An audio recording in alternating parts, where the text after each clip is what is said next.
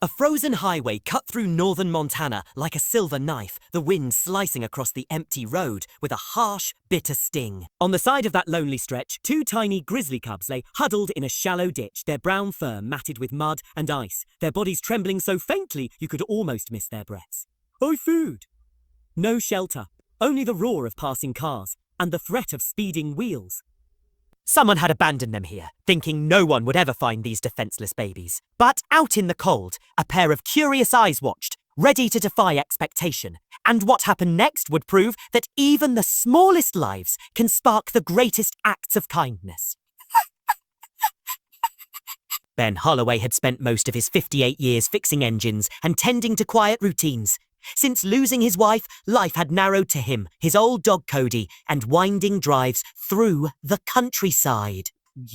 On that morning, he'd pulled his rusted pickup onto the shoulder to rest his eyes after repairing a neighbour's generator. Sleep was brief before the screech of tyres and a car door slam jolted him awake. He blinked through the windshield, catching a dark SUV racing away into the snowy distance. Strange, he thought. Why leave out here? Curiosity nudged him out of the truck, boots crunching in the frost, and that's when he saw the cubs. Why were they here? At first glance, Ben thought they were stray dogs. Then reality struck him like a sudden punch to the chest. Two grizzly cubs barely months old, so weak they could hardly blink. One had a bleeding paw, the other wore snow like a blanket over its muzzle. They huddled together for warmth, worse off than abandoned puppies. His heart pounded, his breath puffing into the cold air. Authorities could take hours or worse, decide these cubs were too dangerous or too fragile to save. He hesitated, torn between his instincts and the rules. Then he heard Elaine's voice in his mind. Do what's right, not what's easy. Could he ignore that call? Gathering his courage, Ben jogged back to the truck and fetched an emergency blanket and a half-empty thermos of coffee. Cody watched with tilted head as Ben whispered, "Easy, boy?" Back at the ditch, he wrapped the cubs gently, feeling fragile bodies shiver beneath the blanket. He poured lukewarm coffee onto a lid and nudged it beneath their noses. The stronger cub raised its head and licked once, but the other stayed still. Ben's throat tightened. "Well, I'm no vet," he murmured, "and I shouldn't even touch wild animals." Yet something deep inside him refused to turn away. Cradling both cubs awkwardly in his arms, Ben laid them in the truck bed beside Cody. The heater growled to life as they drove. Cody curled protectively, tail tapping the floor. The truck tires crunched over untouched snow, the road stretching ahead like a white ribbon. Ben's knuckles whitened on the steering wheel as he weighed his options. The nearest ranger station was miles away, and if he handed them over unprepared, the cubs might never see a forest again. He needed a different plan, one that bought more time and kept them safe. He turned onto a narrow service road hidden behind pine trees, an uncleared path he hadn't travelled since his father's cabin closed 2 years ago. The little hunting cabin was nothing fancy. One room, a cot, a stone fireplace, and dusty supplies. It would have heat, shelter, and solitude. 20 minutes later, the pickup rolled to a stop under heavy branches. A nutty. Ben lifted the cubs one by one into his arms, heavier than he remembered, yet lighter in spirit. Cody padded behind them as they stepped through the snow, and Ben felt old memories stir beneath the winter wind. Inside, the cabin air was cold, but still. Ben stacked firewood by the hearth, recalling lessons his father taught him. How to coax a flame, how to tend it until warmth spreads. Sparks danced up the chimney, a small promise of safety. He heated water in an old pot and stirred in honey and powdered milk. Anything to nourish these fragile lives. He dipped a clean rag in the mixture and held it to the stronger cub's lips. It licked and swallowed, then licked again, as if tasting hope. The weaker cub lay still, and Ben whispered, "Come on, little one," pressing the rag to its mouth. Hours passed as he fed, warmed, and whispered stories of Elaine and better days. Dawn's light filtered through frost-covered windows, casting a pale glow on the cabin floor. 4.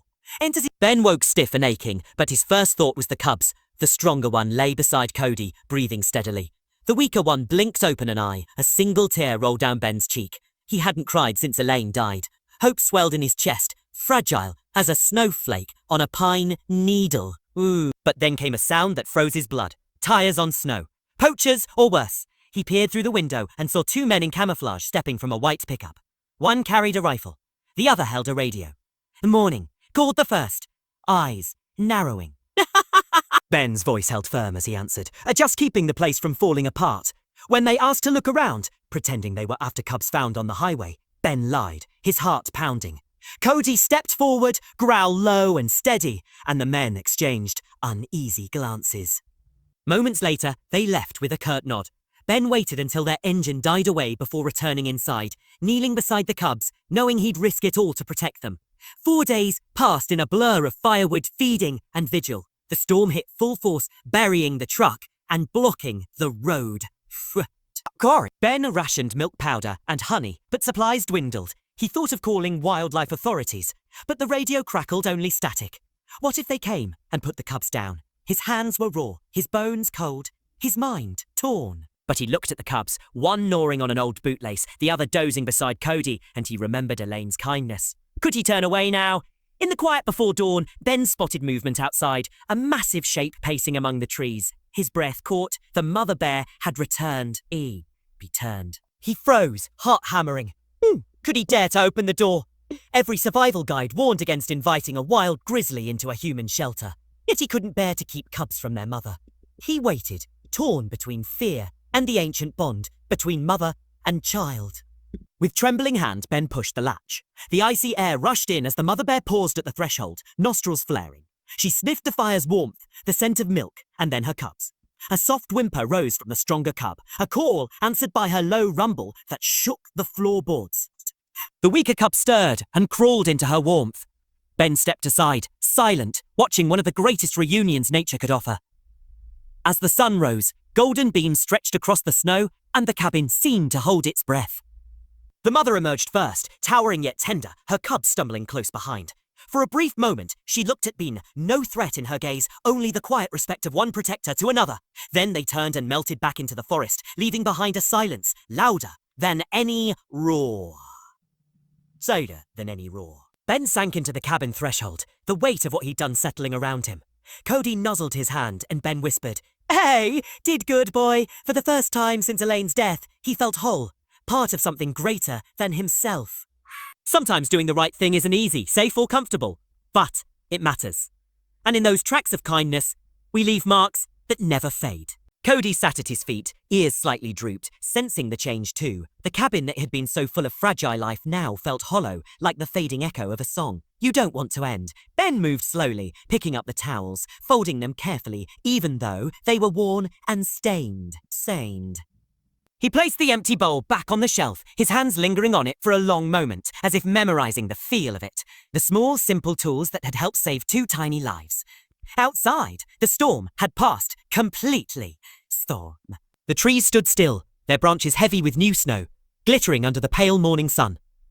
It was so quiet, Ben could hear his own heartbeat, steady and strong in his chest.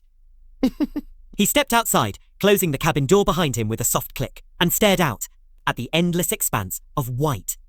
For the first time in years, he didn't feel completely alone. Somewhere out there, beyond the trees, a family was whole again because of him. He could almost see them.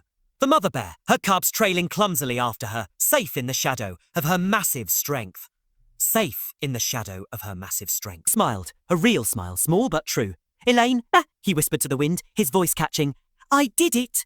He didn't know what came next, whether he'd stay at the cabin a few more days or head back down to town, but it didn't matter. The important part was done. Them two. In a world that sometimes felt so dark and cold, he'd found a way to carry a little light. And that light, faint as it was, had reached further than he ever could have imagined. Ben turned back toward the cabin, Cody padding quietly at his side, and together they walked inside to start a new day.